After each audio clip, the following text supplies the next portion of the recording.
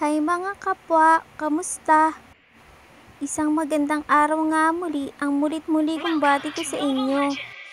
At eto nga ang inyong kapwang bida-bida ay muli na namang nagbida-bida. Kaya naman dito, naisipan ko namang makilahok sa mirror.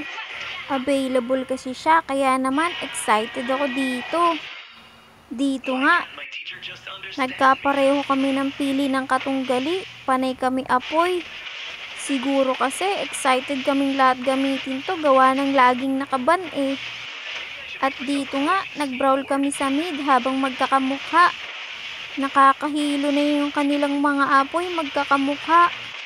Napansin ko nga yung isang skin.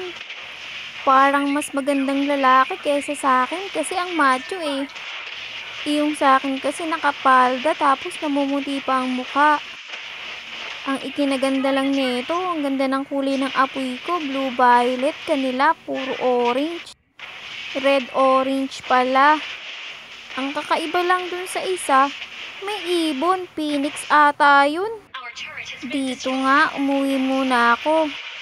Tapos balik ulit para mag-brawl. Maigi din talaga mag-push kasi. Halos pare-pareho kami ng skill. Pabilisan na lang talaga ang labanan eh. Maya-maya nga naipit ako, hindi na nakagalaw, kaya naman nabigyan. Dito naman matiwasay akong nagre-repolyo, inagaw naman ni kapwa. Grabe nga talagang ilag ko diyan kasi ang tsakit-tsakit yun eh. 1v1 kami pero mamaya-maya may makikisali diyan. At ayun nga, naging tagdalawa kami. Tapos may dumadamo pala kaya naman yung isa nabigyan. Nagsumikap pa ako diyan pero mamaya-maya may bibigyan din ako. Matapos yan, syempre balik ulit sa paborito naming pwesto. Eh di biro mo yan, nakulong ako sa gitna ng paglalabanan nila, eh di hilong-hilo na ako kung alin dun yung amin. Sobrang magkamukha kasi yung mga apoy eh. At ayun, nakaisa naman. Maya-maya yan, dito naman kami nagpangita. Tapos, mid naman. Ayun, nakaisa ulit. Sinuwerte. At ayun nga, nagpatuloy lamang ang aming pag-iihaw sa isa't isa. Anli yan eh. At dito nga, ang tapang ng dalawa kong kapwa, kaya naman sunod-sunod lang ako. Siyempre, waiting lang maka-KS. At ayun, hindi ko nga alam kung naka-KS ako. At ayun, akin na nga yun, legit. Dito nga, napansin ko may isa akong kasamang apakagaling. Kaso lamang, hindi ko matandaan kung sino siya dyan kasi nalilito ako. Kaya naman ang bida-bidang kapwa. Inisip na lamang na mamaya ko na tingnan pagkatapos. Dito nga may umahagibis kaya lang marami kaming second kaya naman nabigyan siya. At dito muli sa mid may isang matapang kaya naman sugod lang siya ng sugod. E di iyon nabigyan siya. Nakuyog eh.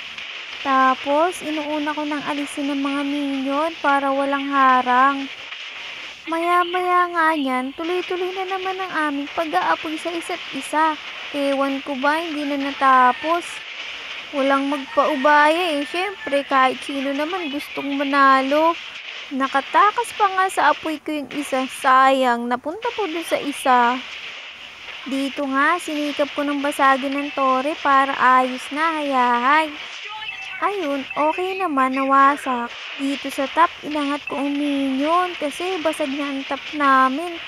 Nag-lord pala sila, kaya eto, kukuyugin naman namin ang lord. At ayun, maaga naming naluto ang lord, buti naman.